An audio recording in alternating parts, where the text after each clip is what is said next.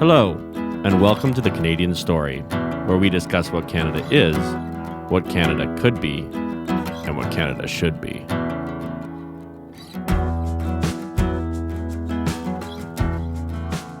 Hey everyone, welcome back to another episode of the Canadian Story. Today we are joined by Mr. Brad Trost.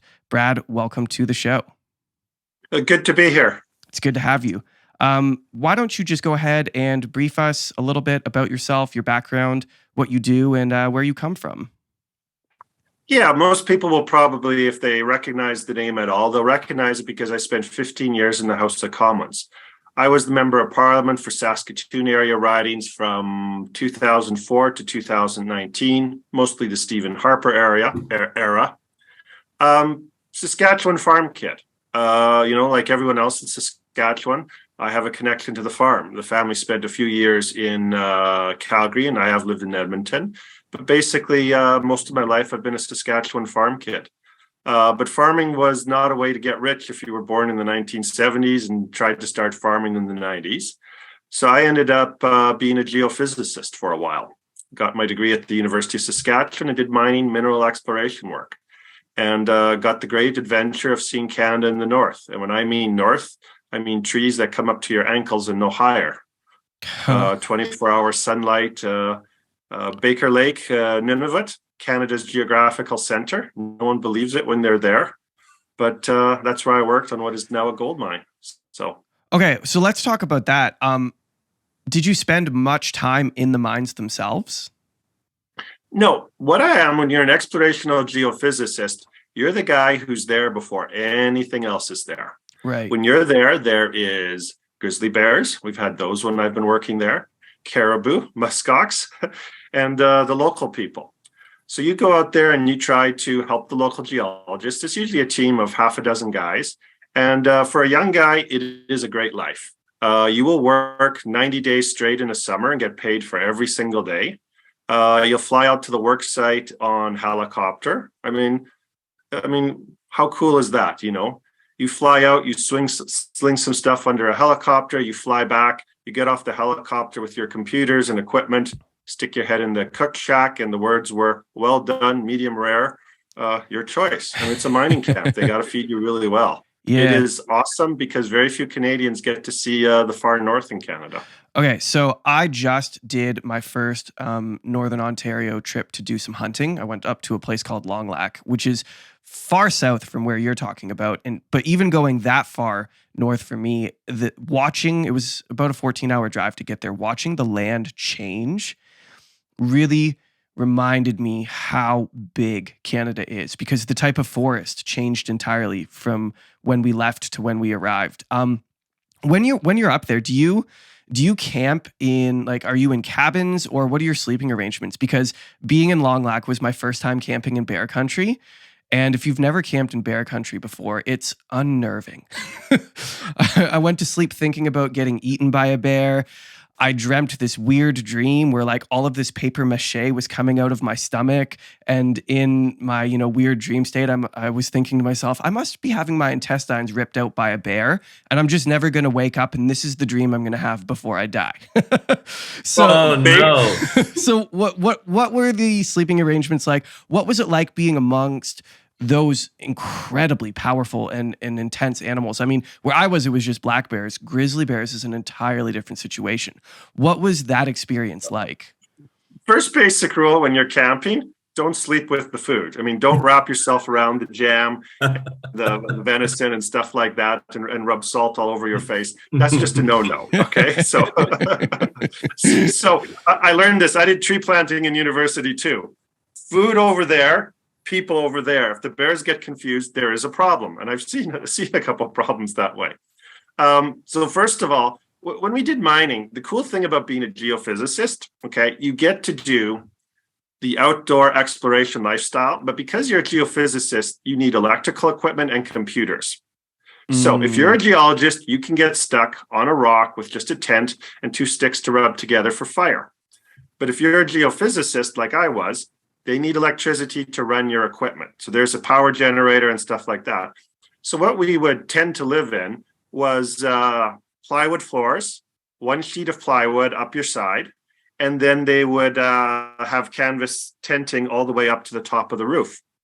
And so it wasn't too bad. I mean, you'd sleep on a raised sheet of plywood that's a couple feet off the ground.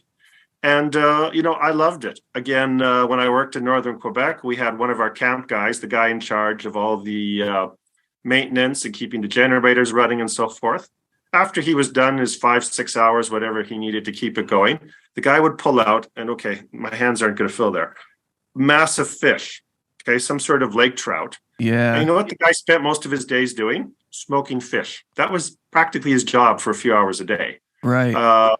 Little French Francophone, French Canadian, Quebecois guy who could smoke a glaze as wonderful as can be. And so it was awesome living up there. And this is one of the things that most Canadians live in Toronto, Vancouver, Montreal, Calgary, Edmonton. Okay. Get to see your north once in your life. I know those trips can be expensive for younger people and families, but if you can, find a way to go up Churchill, Manitoba, Nunavut, somewhere in Canada's real far north wilderness, because it is a different experience. It is understanding the way Canada was when the fur trade made it. And again, I mean, I realize when you're touring, you'll never get the work experience. Like I would see hundreds of caribou at a time. Okay. We would accidentally buzz a group of muskox, and they would form a circle and put their babies in the center. Okay. Real life. Okay. Yeah. And that's the thing about exploring up there. And when you're an exploration geophysicist, you're there before the mine. You're trying to find what is on the ground and what is in the ground beforehand. So we see the wilderness in its complete raw nature. Well, I spent a week where every day we had to chase away the same fox who was trying to steal the lunch from me and my crew. Group of Inuit guys. I remember them very clearly because I asked them, okay, there's this politically correct thing between Eskimo and Inuit, and I wanted to do the right thing. So I asked one of the guys, I said, look, with the Edmonton Eskimos, I said, is that name offensive or not? And he says, well, it depends. If they had a lousy season, of course. If they're winning, no. Okay, so how do you go from real life. How do you go from being this tree planting adventurer, geophysicist who's seeing the country to deciding to be a member of parliament? Well, I grew up in a political family. Okay, full confession, nerd political life.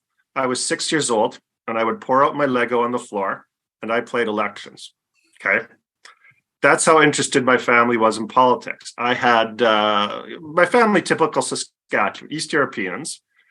People think a lot of Saskatchewan is Ukrainian, and that's true. And my ancestors were all from what is now Ukraine, but they were all East European Germans. Some were Mennonites, some were sort of German Baptist with a Lutheran background. But yeah, they were farmers, and farm politics in Saskatchewan can be pretty intense. Any city person watching will have no idea what the wheat board means and other things like that. But yeah, and if you grow up in Saskatchewan, you're either from a socialist family or a not. We were the nots. Our family had fled the communists, had fled the Russian Empire. So to put it mildly, we had strong political views, and I started volunteering as a kid. The 1986 provincial election in Saskatchewan, I had a paper out, but I was still volunteering for the Conservatives in that election. So that's how it started, So you were interested in it all your life, but you decided to get a career that's going to be well-paying and give you adventure. Why did you decide on that career as opposed to member of parliament to start with? Or why didn't you go become a staffer or something like that? Yeah. Well, my first initial thought was, look, I'm just too conservative. And honestly, remember, this is in an era when I started university, they had us all raise our hands if we'd ever been on the internet before. Okay. So I'm a few years older. I'm only in my 40s, but there was an era where they asked us, raise your hand, have you been on the internet? I'd have no idea how, other than running for office, you would get involved in politics. I knew you had staffers at the local MP level, but to be honest, they seemed like either secretaries or people who were paid really lousy. And I got news, Saskatchewan MPs have historically been really cheap with their salaries. And so I had no interest in doing that, no idea how you would get involved in that way other than run for office and there's only a few of those jobs. And I figured, heck, I'm way too conservative. So I was doing field geophysics. Then again, as I explained, geophysics in the mining sector, you can work like 100 and some days straight, and then you get a few months off. So the 2002 Canadian Alliance leadership race, the conservatives always like to have leadership races every 2 years, sort of a habit. We don't like being told what to do. So in the 2000 leadership race, I voted in abstention. My mom voted for me. So much for all the security features they have for voting. I was somewhere up in Baker Lake, Nunavut, or the Northwest Territories or something. But in 2002, it was held in winter, not in the summer. So I ended up volunteering for the Stockwell Day leadership. My local MP was one of the handful who still back Stock. And I ended up working at their party headquarters for a couple months. I'd gotten a free ride out there. Well, not free. WestJet had mixed up a ticket, so they owed me a free ticket. So I took a free ticket out there, and I got to see a bunch of members of Parliament meeting. And if people remember Vic Taves, and there's a few other guys, Gary Breitkreitz, some of the old guys who are retired. And it was like, heck, you don't have to be, okay, these guys are smart, but you don't have to be that bright to be a member of Parliament. Okay, nothing special. And so I figured, well, if the opportunity comes up, I'll run. And then in the 2004 election, there was an opportunity. There was a bit of a mix-up, a problem internally in the party and the riding I lived in. And lo and behold, 2004, I got elected. Party operatives didn't think I was going to win the seat because the former Alliance candidate was running as an independent. But anyways, 2004, heck, the kid wins by 400 votes with 26.74% of the vote. 26.47. Wow. That is a four-way split. Second lowest margin in Canadian history. Who was the lowest? Who was the lowest? The Social Credit candidate in, I think it was Burnaby, whatever they called Burnaby seat in 57. He won with 26.03. Wow. That just goes to show our first past the post system at its finest. From my perspective, the other candidates, no. No, they didn't feel that way, I'm sure. In all fairness, had there been any sort of runoff, I would have won the seat on second ballot preferences too. So, but yeah. You 2004, we lose the election against Paul Martin, and we're running into the leadership review for Stephen Harper. Share with us a little bit what it's like to be a brand new MP and now be embroiled in this lead up to Montreal. You know what? This is the wonderful thing. And I think some staffers are going to laugh at this, particularly senior staffers. When you're a rookie MP, you have no idea about what the stuff is that's going on in the back rooms. You are absolutely enjoying yourself. You are just thrilled to walk around Parliament Hill and not need a tourist escort and do it. So I was honestly, I'm from Saskatchewan. Everyone was going to vote to re-elect Harper. I mean, we were thrilled with it. We were happy. I mean, Harper had not won Saskatchewan in the Canadian Alliance leadership race. So in Saskatchewan, you were either for Harper or more conservative than Harper. So you were going to support Harper. So I know in retrospect, there was stuff and tensions and so forth. But I put together, used as many of my MP Aeroplan points as I could to get the young guys who had volunteered on my campaign. And they were university students and high school students. I mean, it was quite a crew. I mean, one of the guys, it was funny. He was homeschooled, 16, 15-year-old guy. He'd never really been out of Saskatoon before. And so we go to Montreal, and he's never really been anywhere, seen anything, and he sees a restaurant across the street. Okay, now you got to understand, very conservative, evangelical family. And he sees this restaurant. He says, hey, this place called Hooters, it would be good for breakfast. He'd never heard of Hooters, and the other guys were splitting their sides laughing. So honestly, we just went there and had a great time. We lined up, we voted. When you're a backbencher, brand new, 30 years old, there's no tension about everything. You're just happily setting up your riding, and you're there for the team. It's in some ways the most relaxing time of politics. So you have been progressively more involved in politics over your life, right? And you and I have chatted many times through many leadership races. We worked a little bit together when I was at the Prime Minister's office. But there are a lot of people that listen to our podcast who are aspirational politically, right? They're interested in getting involved, or they've come to the realization that they need to be involved because politics is going to have an impact on them whether they like it or not. So you're someone who, like you said, you started out as an MP at 30, that was great. You were an MP for 15 years. What would you say from that time till now you've learned about how our politics actually works? And I mean, you ran for leader of the Conservative Party of Canada, so you've seen almost everything there is to see in the back rooms of politics. And what would you say you've learned about how we're governed? The first thing I would say to anyone is volunteer and get to know people. The one thing I really didn't understand coming from small town Saskatchewan, I had volunteered. That's just what you do. I think I'd volunteered in like 10 or 12 campaigns by the time I ran for office. And I volunteered because it was fun to do, because it was the right thing to do. I didn't realize that networking and volunteering and getting to know people is the most important thing in politics. The informal networks that you make, the stuff that isn't put down on paper, is the most important thing you can do. Getting involved with other people, both formally and informally, is what politics is all about.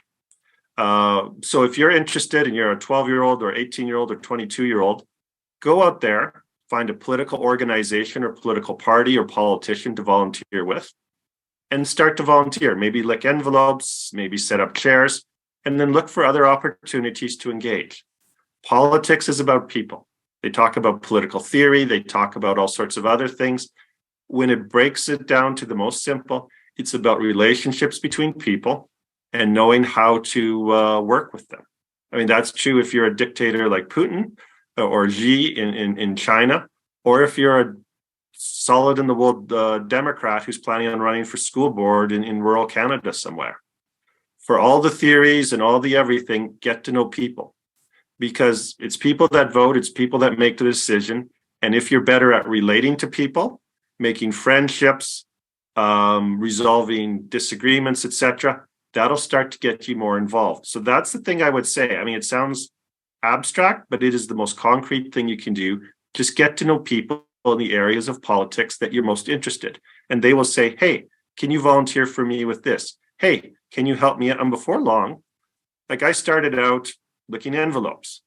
The 2000 election campaign, I just come back from field geophysics, introduced myself to the MP. 3 days later, I was running his Get Out the Vote operation. I'd never done a GeoTV in my life. We were learning this new thing called an auto dialer. They'd only been introduced like 2 or 3 years earlier, and were still pretty clunky. And, it just took off from there. So volunteer and get to know people in the process, and either deliberately or accidentally, they will mentor you. And that's how you'll advance to get there. I mean, Stephen Harper put his pants on one leg at a time like everyone else. He was just a person, but he knew the people who could get things done, and that ultimately made him prime minister. Yeah, that's great advice. Just get your foot in the door and get around the people who are going to be able to lead you along and get you to the next step. You mentioned Putin, so I want to kind of pivot over there because you spent some time in Eastern Europe and Russia. Why don't you tell us about that? Yeah, I was a full, ripe, ancient age of 18 years old. And you know the line, when you do something wonderful, your parents reward you and, graduation gift, you get a trip to Florida or something. I got sent to Siberia. So I don't know what that says about me as to what kind of a kid I was. How did they come up with Siberia? Well, here was the thing. I grew up, my dad had been a public school teacher, but they'd ended up homeschooling us and sending us to Christian schools over the years. And this one Christian school curriculum also had an English as a second language division. And so the year is 1992. The Soviet Union has collapsed. Some of you guys who are listening to this weren't born yet, but imagine this: the Cold War ends, communism's away.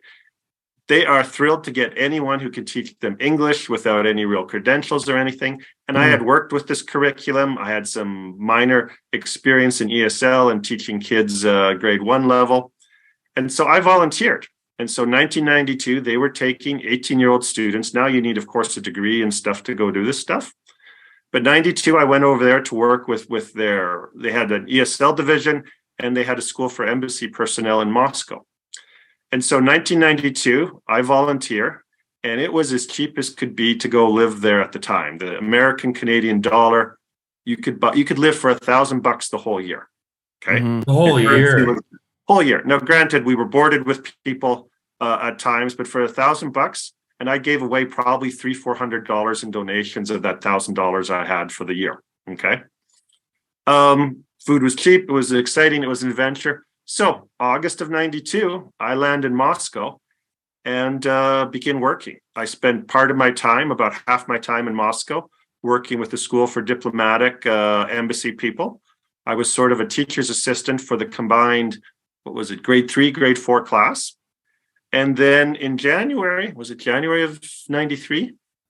They sent me out to work a grade 1 class in Sverdlovsk, now known as Catherinesburg, which is in sort of on the edge of Siberia. And so I did ESL teaching work, great cultural experience. You're 18 years of age. And, so in the schools, you have to wear shirt and tie. It's more traditional than here. Everyone thinks you're in mid-20s. They treat you with massive respect. And, you go get to live the adventure. I mean, when you're tired of Russian food, you go to the McDonald's in near Red Square in Moscow. And for like $3, $2, you can order 4 Big Macs. Oh my gosh! And sometimes you're hungry enough to eat that. Oh my gosh! Is Red Square the like? If I were to Google Moscow right now, there's a large number of photos that all come up that are of the same place. Is that Red Square? It would be around Red Square. Okay. Like you see that fancy Orthodox church, that's on one side of Red Square. Right. What they call the Kremlin, that fortress, that's on the other side of Red Square. And then there's some brick buildings on the other side, the department store, etc. I mean, they call it Red Square, interestingly enough, not because of communism or anything, but the word in Russian for red and beautiful are very similar. And so it's got a lot of beautiful buildings around it. So they called it the Beautiful Square, and it had reddish brick buildings around it. So in English, people got it confused. So it's not actually the Communist Square or anything. It's called that irrespective of the communists. So it is the Beautiful Square. It is the go-to place. I mean, December 24th, 1992, I was in Moscow with a group of friends, and we decided it had been a long time since anyone wished Lenin a Merry Christmas. And for people who don't know, Lenin's body has been on display in a mausoleum on Red Square since I forget when. But he's still there. They had Stalin for a while, but then Khrushchev took that body away. So December 24th, we went and we sang Christmas carols to Lenin because no one had wished him a Merry Christmas in like 70 years. What state is his body in? I don't know. They've entombed it or whatever they called it, whatever these. So is it in a box or is it actually visible? It's in a coffin from the pictures. I've never taken the time to line up and tour and see it. And frankly, they may have moved it since I was last there. But I never felt the need to go look at some stiff guy. I mean, I'd seen the pictures, but according to the pictures, he just lies there all glossied up like a funeral director would have him. So that's weird. Well, communism was kind of weird from our perspective, so go figure. Yeah, fair enough. Okay, so excuse my ignorance. What year did the Soviet Union fall? 89. It was 89? 90, it depends on where. Well, the Berlin Wall fell in 89. Yes. Yeah, it was a bit of a domino effect. 91 is when the Soviets really collapsed, when the Soviet Union went from one country to 15 republics. So 91 it collapses, 92 I'm there. Yeah, okay, so you're basically leading my question. So you're there really a year after communism had fallen. Yeah, less than a year. It was, I think, like 9-10 months, something like that. Yeah. What was the temperature of the people there? You must have, I'm trying to figure out how to formulate this properly. Basically, what I'm getting at is Canada, in my opinion, has been flirting with some communist ideas, and I would take the position that they're not great ideas. So what I am asking is, how were the people after recently exiting the experience of communism? What was their economic situation like? What was their emotional situation like? What was the temperature of the people? It was a real mixture of things. The economics was pure and utter chaos. You think we have inflation here now, 10% per year, 7%, 8%, whatever it is. They had inflation like in the hundreds of percent. When I got there, it was 150 rubles to the US dollar. When I left about a year later, it was 800 rubles to the US dollar. And inflation had outpaced the collapse of the ruble. Okay. So I forget, it was a couple 100% a year. So they had massive economic chaos. People weren't getting paid properly. I mean, that's partly why the system had collapsed and was still collapsing. One of the teachers I worked with actually he was the principal of a public school. He didn't always get paid in cash. Okay. So sometimes his salaries were paid in barter. So I remember coming back and seeing about 5 or 6 50-kilogram bags of sugar. That was how he was being paid partly for his salary. Okay. You'd go to a bank to try to exchange American money, the popular hard currency. And after $100, the bank was flush out of rubles. So you'd go to the corner and some guy could move a few $1,000s and then you'd have to go restock. So guys were doing more money changing on the corners than banks could otherwise. We joked about the Russians like to keep their wealth liquid. They do, very liquid. Vodka, scotch, alcohol. That's what they were using as currency. You hear these stories in World War II about how guys use cigarettes for currency. Mm-hmm.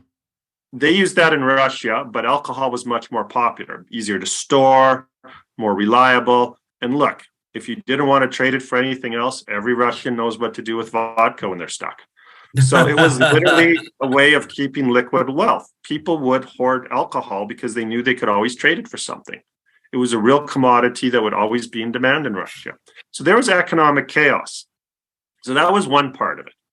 On the other part was people were so intensely curious about everything. I remember one of my teachers who said, yeah, like 2 or 3 years ago, we thought we were the most economically developed, advanced country in the world. He said, until about less than 2 years ago, it never dawned on me that we weren't the wealthiest in the whole world. And this is a country where still parts of Russia, and I'm told it's true to this day, use horses when they work part of their agriculture. Okay. Mm-hmm. Outhouses are still pretty common in rural Russia because they don't have internal plumbing. You go and people have, Saskatchewan, there's sort of museums of how Ukrainians lived back before they came to Canada. They've got big stone ovens. You go in the back, people raise their goats, their rabbits, etc. That's how it is. They have one light bulb dangling from the ceiling, so they do have some electricity, but that's how it was there. I remember doing an English lesson where we decided to talk about candy, okay? And in Russia at that time, they had been introduced to 3 types of candy. The third brand was just coming out. Snickers, mm-hmm. Bars, again, heavy Russian accent, and Bounty, okay? Mm-hmm. So I began to do this English language lesson for English language teachers, and we start talking candy bars. And I start listing different ones to use different vocabulary: Coffee Crisp, Milky Way, Mr. Big, da. About 5-6 minutes in, it dawns on me, they had never realized there was more than 2 or 3 brands of candy bar because that's all they'd ever been exposed to in the Soviet system. The idea that you could have 40 different brands of candy bar had never crossed their mind. They didn't have that many options. Mm-hmm. You go to a store, you get a ticket, you hand the ticket, they hand you your loaf of bread. You literally stood in bread lines. I remember a friend who was teaching English always in Moscow, and he was coming out of the Moscow subway. I was about a block behind him, and he was singing as loud as can be, and I knew what that meant. He'd found toilet paper on sale somewhere. Yeah. When I mean on sale, I don't mean for a good price. I mean that he could actually buy toilet paper. Okay, right. It was chaos. It was different. Consumer goods, complete different experience. Did you ever run into anyone? Okay, so there's 2 interesting things that come out of that. One, they had no idea what situation they were actually in. So that would be a result of a very deliberate constriction of the information that was allowed to circulate within the country. We should be thinking about that, especially with C11. But also, I wanted to ask, did you ever run into anyone who was upset that communism had fell and missed the old way of life? The people, you got to realize I was in a little bit of a skewed market. I don't speak Russian. I learned some when I was over there, but I was never anywhere close to fluent. So I talked with people who are younger, more English speaking. So I probably missed a percentage of the population. And the year was 92. Everyone was still trying this thing out. It was still, for all the economic chaos, it was still very exciting. And people had not seen some of the corruption. Well, they knew there was corruption, but the disasters that later on unfolded for them economically were still too new to blame on the new system. But at that point, no one wanted to go back. Everyone had their fears. Communist Party members who had special privileges were interested in going forward because everyone had a secret or a fear under the old system. Somebody always had something on you. There was always a threat hanging over you somewhere. And so people who I met were all very glad, and this included Communist Party members. One of my English teachers, her husband was, I think, a lieutenant colonel or a major in the anti-aircraft division of the Russian army. They were all glad to have that monkey off the back and the fear gone. Now, again, I didn't meet everyone, but yeah, people did not want to live with that fear, because once you get into a state where everyone has something on you, it changes you. Like I remember I've got a missionary friend who started working, former pastor working there in the 1980s. He said, you have to understand, people did not make eye contact and they were all very frowns and so forth. You could not be happy. It literally changes the way you interact with people on trains and buses. He says, it's easy to tell a North American standing in a Russian subway, did the person smiling, looking around, making eye contact with people? Okay. They can be wearing the exact same clothes. They're a foreigner. Just because they're not keeping their head down and doing anything to avert suspicion. They're happily greeting everyone with their eyes or their face. So it impacted everyone, and they were very glad to have that fear gone. What kind of things did they worry about? Like, okay, so someone had something on, like, someone always had something on you. What sort of things were hung over people's heads? Well, what if your family was from the wrong background? Okay. Your grandpa had backed the resistance. What if you told the wrong joke at work? Okay. I mean, Russian jokes could be pretty good. What if you were religious? I mean, it didn't matter if you were Orthodox or Muslim or Baptist or whatever. That was a problem. And then there was the office politics of it all. If you could make an accusation to someone else, they could be removed from their position and you could move up. Okay. So that's the thing. It's not just the broader stuff. It's that using the broader stuff for office politics personalities, making an accusation, doing something. Like if you're a KGB officer, the temptation to abuse your office is great. So you engage in a little corruption, which is great for your pocketbook until someone else wants your position and finds a way to snitch you out to other guys, and then you get arrested. So you're living in this society where there's a lot of corruption, and everyone knows they do it. But if you get ratted out to the wrong authority, they'll use it, even though they're corrupt against you. So you've got these sort of layers back and forth. And I suspect China's the same way now. It's the office politics mixes with the big politics, mixes with your life and jobs. You can get fired, you can get moved. You have to pay the guy up on top of you, and you have to take from the guy below you. That's how you survive. So what do you do? Yeah, that all sounds very awful.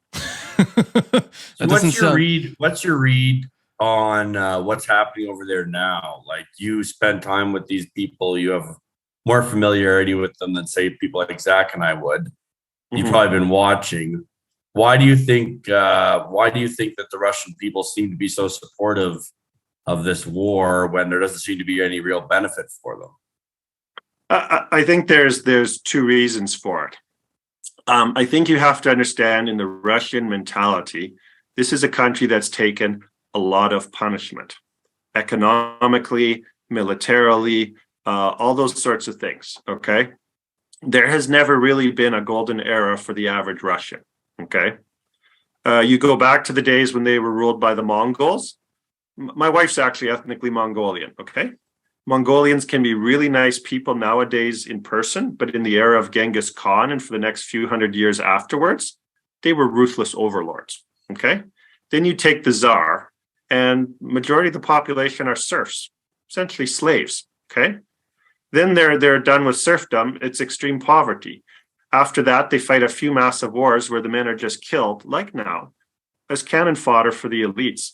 So you have a country where the average person is used to getting ground down from birth to death with a small elite. And we're not talking just now or the communist era. That's 800 years of Russian history. Okay. That's the whole mentality. So in that sort of position, you cling to what you have, your neighborhood, your family. So the Russians have a very strong sense of national identity. They talk about the Russia as the motherland. Okay. So that's a psychological thing. The world is against us. And that is a true thing. You have actually learned that growing up. It's not to be denied. Now, that world may actually be other Russians against you, but, call it Stockholm syndrome or whatever. There's that mentality. So they do have that sense of we have to pull together because life is hard and we have to stand up. And then you go to what Zach was pointing out, referencing his concerns about Canada. The information space tends to be dominated by a few central figures. Okay. Rural Russia, again, outhouses, horses, those sorts of things are still very much in play. My dad grew up in the 1940s. He'd have no problem adjusting to it. This is like 1950 rural Saskatchewan, and that's how Russia is now. So if you are in rural Siberia, okay, you don't have access to TikTok or Twitter or all sorts of other things. You have the school you go to, you have other people, and you have the sense that people are attacking us. And then you have a very efficient security apparatus in the Russian system. And again, this predates the communists even. The Tsars, Chekists, his secret police were very good. So you have this system where the centralized authority tends to have power in most areas. And your sense of everyone's attacking us. And at that point, you're not going to throw much of an insurrection unless you're absolutely desperate, and you'll do what you're told because you want to survive. I mean, you look at what they're saying, and this, I believe, where they're promising people money or cars or so forth. For my life or yours, that may seem like not a great deal. But when you're the average Russian male and you only live to be 60-some years old, the fact that you're in your mid-40s and it's a chance to supply your family for years and years, okay, you're not going to say no when they point a gun to your head and they say, we'll give your family $5,000. So a bit of a different calculation. Just to clarify, is that coming from like the elite in regards to this particular war? The elite are saying, hey, we'll give your family a car, we'll give you $5,000, but you're going to pick up a gun and you're going to go into Ukraine. Yeah. So that's what's happening, and that's what's happening on the ground in Russia. And so for the Russian people who are used to a hard grind of it, all it is it's a presentation of real opportunity for them to make the life of their family better, right? So you have the carrot on one side, and again, there was a news clip I saw today where Russian soldiers were mutinying because the money had not been delivered to their family. Okay, so you have this carrot on one side, and you have the stick, where the local police and so forth are just going to grab you from the street and stick you in a bus. Mm-hmm. So you might as well go. You might as well go willingly. You might as well go willingly. And this is what a very tough life. I mean, it's true anywhere in the world. The tougher the life, the more likely you are to join the military. I had a friend who was in the Patricias, and he said, yeah, rural Newfoundland guys who grew up in the 1960s, he says they all joined the army because it was a softer life being an infantry guy than being a fisherman in rural Newfoundland. Right. I mean, you got guaranteed meals, the clothing was warmer, and the work was less physically demanding than being a fisherman in the 1970s in Newfoundland. Same rule everywhere in the world. The harder your life is, the more attractive the military looks. Right. Okay, so that covers the psychology of the Russian citizen in the war in Ukraine. What do you think Putin and the elite circle is up to? Do you have any thoughts about that? My guess is this, and this comes from both being in the political circles as an MP and from having lived there. People sometimes underestimate the personal aspect of politicians, and they also don't always realize politicians have emotions and personal things that are driving them. People asked me in January, I said, Russia's not going to invade Ukraine. No, that would be irrational. I said, look, I've seen enough of Putin and so forth. I don't know what it is, but there's something deep down in his soul personally that he has this need to drive forward. And you can tell that from his actions and so forth. He has his own internal logic. It does not make sense to us in the West. It did not even make sense to the average Ukrainian or a lot of the Russian elite. But there is something in his personal soul, something that I don't know, that I'm sure every Western and Eastern European military analyst and intelligence officer is trying to figure out. But there's something in his deep soul that feels he has to do it. Whether he's dying from cancer, as some people have said, maybe that's it, maybe not. But whatever there is something that he feels he had to do this. That's one. And number two, back to that system where everyone owes somebody something and you owe someone below you, complete and utter corruption. So he was lied to by everyone in the system, okay? When you see stories of Russian trucks breaking down because the parts have been stolen or the fuel has been sold in the black market, the corruption makes logistics impossible in a system like that, okay?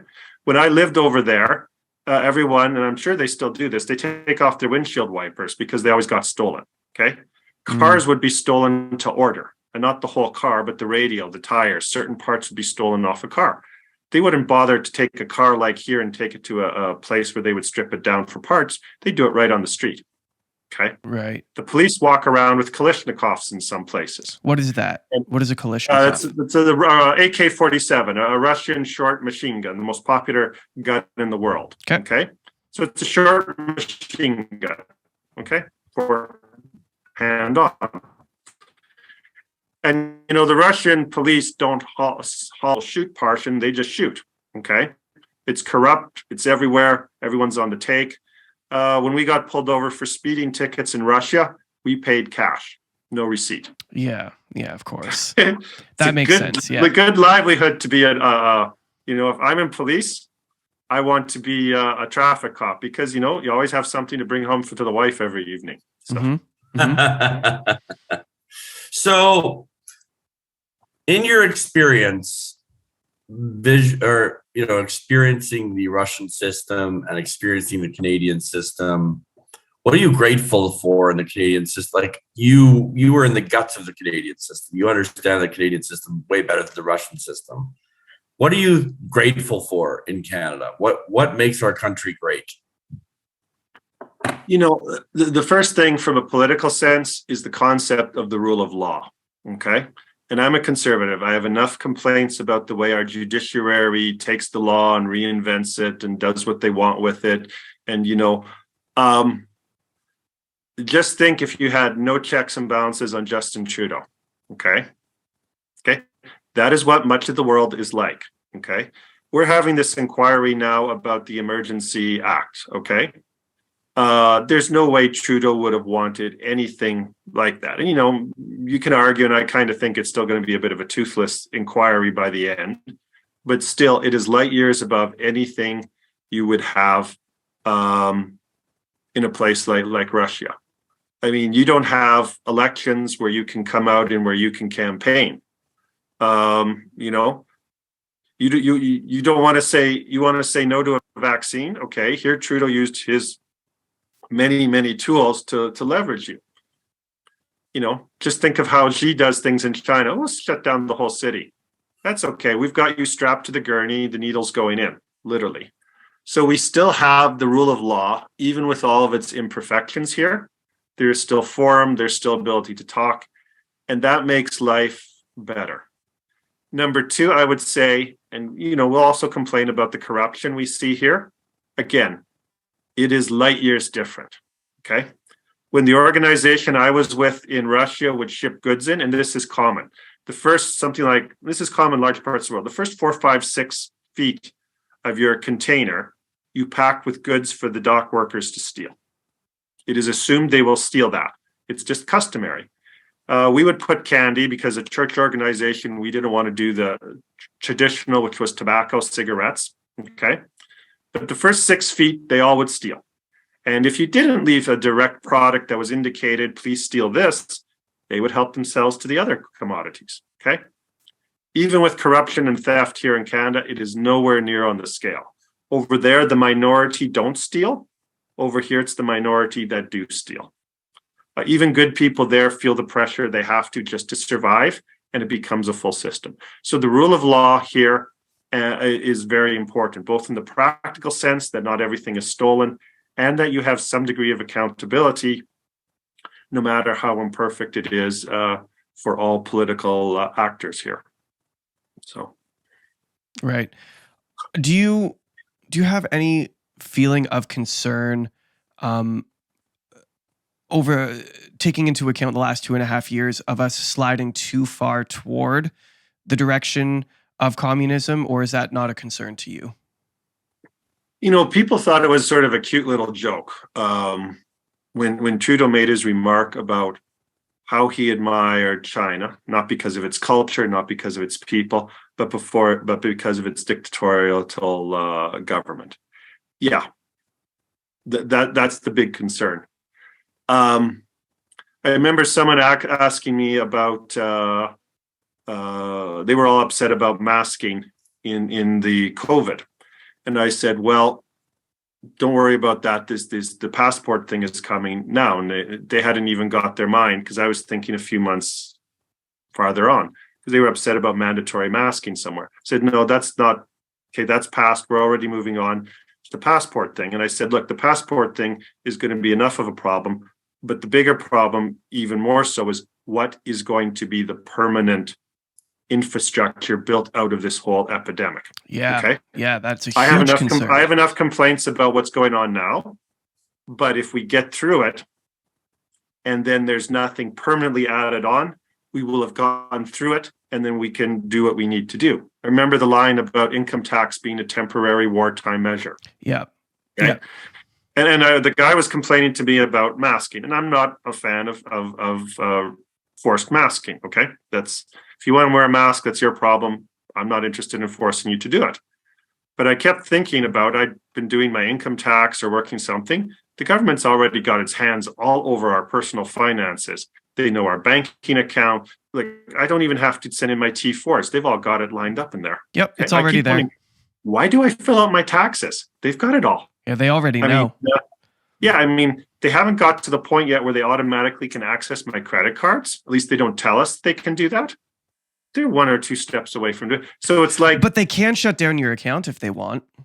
Oh, and this is the thing. And it demonstrated, and part of me was like, it would be good if they went over the top, because the more over the top they go, the more people react, and perhaps that will push it back in other aspects of life. Mm-hmm. Okay. Mm-hmm. So it's like, do you want Trudeau to really go over the top and do something incredibly authoritarian and stupid, and that will get people going? Or do you want the pot boil slower? Because people are perfectly willing to accept a small change, especially if they get handed some money in exchange for loss of their freedom gradually. You hand someone a check and they'll go, okay, I can lose this freedom for now. Just give me the check. And that's the gradual thing. So again, I don't know what permanent things are going to come out of this. And that right now is my biggest concern, because once you've got people adjusted to having government interference in one part of life, they're more than willing to take it in other parts. And that is the big problem. Yeah, I almost wish, I thought we're recording this November 2nd. I thought by now we would have reintroduced masks and reintroduced maybe the passport system. I thought all of that was going to come back this fall. And one part of me is actually kind of disappointed that it didn't, because I think Trudeau would have gotten rolled over it. And I think Trudeau needs to get rolled over something. He's done so many things that dude needs to get rolled for.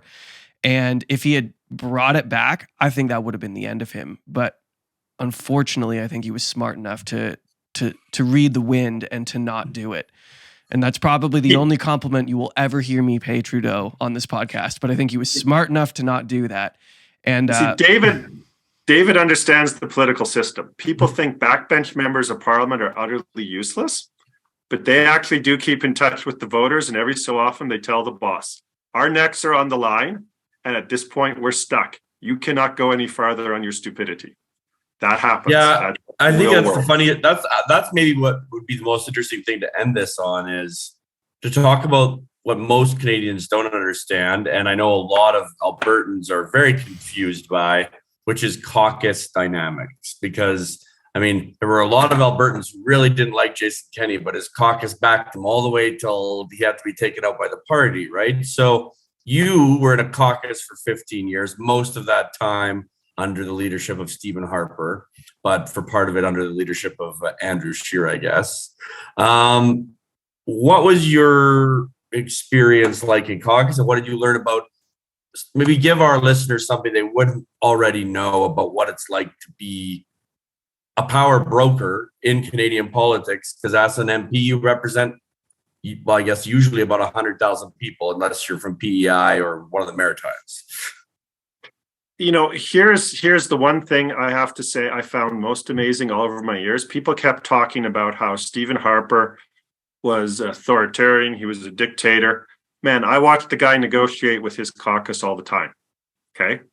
I would watch him float trial balloons, and you'd see him scan the room, and they'd take notes to see who was upset, who wasn't. I'd see him call meetings on issues like agriculture, where he really didn't have a stake.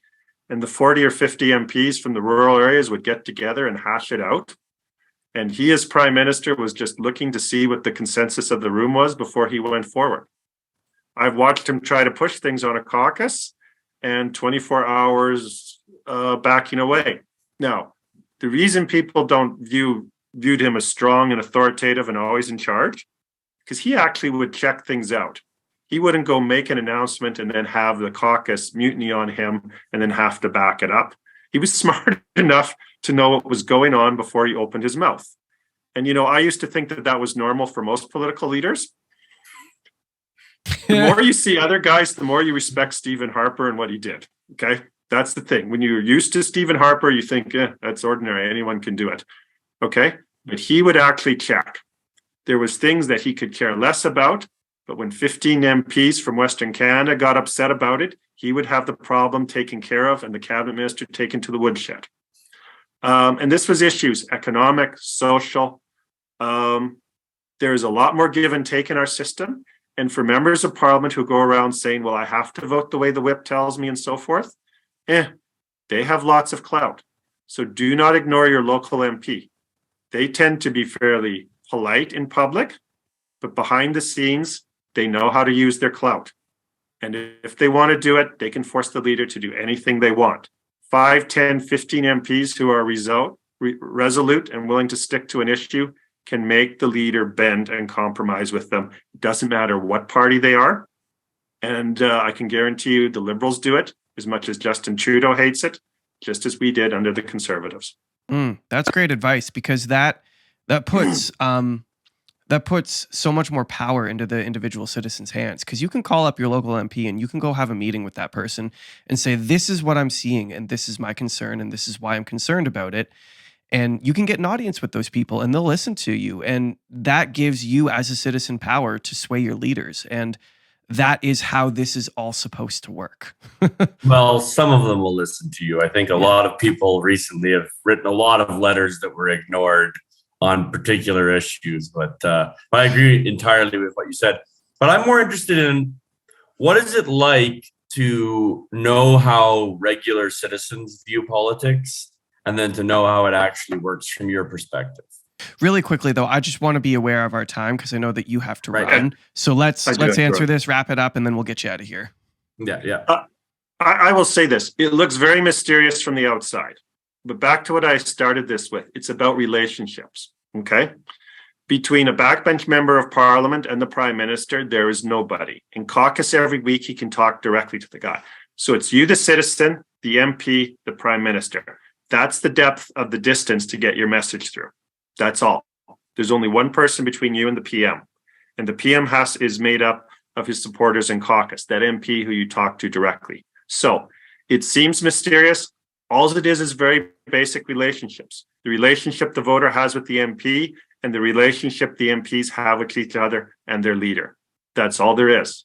When you master that, and you master the controls over the MPs and the leaders, and you can do that as a citizen, the rest is so simple, it's ridiculous. Get involved.